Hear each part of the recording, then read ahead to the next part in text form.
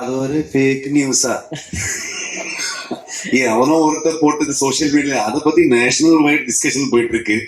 அது எதுக்கு போட்டேன்னு தெரியல. அவனுக்கு யாரோ கேட்டாங்க டீம்ல, யாரா நீ என்னன்னு. அவன் ஒரு தனியா காந்தார பருவன்னு ஒரு பேஜ் போட்டு அதுல ஒரு டிசைன், என்ன காந்தார டிசைன் போட்டு வச்சிருக்கேன் வந்து. அதுல இப்படி எப்படின்னு சொல்லிட்டு இருக்கான் வந்து. அது எங்களுக்கு சம்மதமே இல்லையே. நாங்க அதுக்கப்புறம் யாரு என்ன பண்றாங்க அது வச்சுக்கிட்டு நிறைய பேர் மீட்டர் ஓட்டிட்டு இருக்காங்க எங்க சோசியல் மீடியால. அது சும்மா ஃபேக் நியூஸ். அப்படி யார் சொல்லுவாங்க? எப்பவுமே வந்து ஒரு ஒரு மனுஷனுடைய அவனுடைய ஹேபிட் ஆகட்டும், அவனுடைய ஃபுட் ஆகட்டும், அவனுடைய லைஃப் ஸ்டைல் ஆகட்டும், அது வந்து யாருக்குமே கொஸ்டின் பண்ற இது கிடையாது, அதிகாரம் இல்லை அங்கே.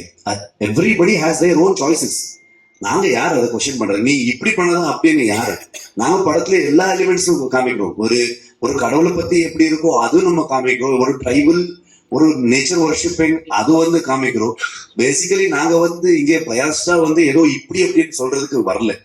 ஃபிலிம் ஒரு ஒரு ரைட்டர்ஸ் ஸ்டோரி டெல்லர்ஸ் ஆகிட்டு நாம எப்பவுமே அதை பயாஸ் ஆகக்கூடாது. நாங்க என்ன இருக்கு அதை காமிக்கணும். ஸோ அது பர்ஸ்பெக்டிவ் உங்களுக்கு தான், நீங்க தான் சொல்லணும். அதுல என்ன நல்லது என்ன கெட்டது அது நீங்க சொல்லணும். ஸோ நான் எப்பவுமே அதை வந்து இப்படி இருந்தா அப்படின்னு நான் எப்பவுமே அதை வந்து ஒத்திக்க மாட்டேன். அது ഒരു ഫേക്ക് ന്യൂസ്. സാർ ഒരു ഫിക്ഷൻ മൂവിയിലെ മിത്താടി എന്ന് പറഞ്ഞാൽ അതൊരു ഡിഫറെന്റ് കോംബോയാണ്. അപ്പൊ വളരെ ഡേഞ്ചറസ് ആയ കോംബോയാണ്. കാരണം ഓഡിയൻസ് എങ്ങനെ അത് എടുക്കും എന്നുള്ള ഒരു റിലീജിയൻസ് മിത്ത് എപ്പോഴും ഓഡിയൻസിന് കറക്റ്റ് ചെയ്യുന്ന ഒരു സിനിമകളാണ്. അപ്പം ഇങ്ങനെ ഒരു സിനിമ കാന്താര ഫണ്ണ് ഓഡിയൻസ് വലിയ റെസ്പോൺസ് എടുത്തു. അപ്പം അങ്ങനെ ഒരു മിത്തോളജിക്കൽ ബിലീഫ് ഉള്ളപ്പോ ഇങ്ങനെ ഒരു സിനിമ ചെയ്യുമ്പോൾ എത്രത്തോളം റിസ്ക് ഉണ്ടായിരുന്നു മൈൻഡിൽ? டெஃபினெட்லி ரிஸ்க் இருக்கும். ஒரு மைத்தாலஜி கனெக்ஷன். நம்ம வந்து ஃபோக்லோர், பேசிக்கலி நான் வந்து ஃபோக்லோர், இந்த இந்த ட்ரைபல் வர்ஷிப்பிங், நம்ம வந்து நேச்சர் வர்ஷிப்பிங், மனுஷனுக்கும் நேச்சருக்கு இருக்கிற ஒரு கான்ஃபிளிக்ட், இந்த மாதிரி சொல்லும் போது டெஃபினெட்லி ரிஸ்க். என்னன்னா ஸ்டோரியே வந்து ஒரு காம்ப்ளிகேட்டட் ஆகிடும்.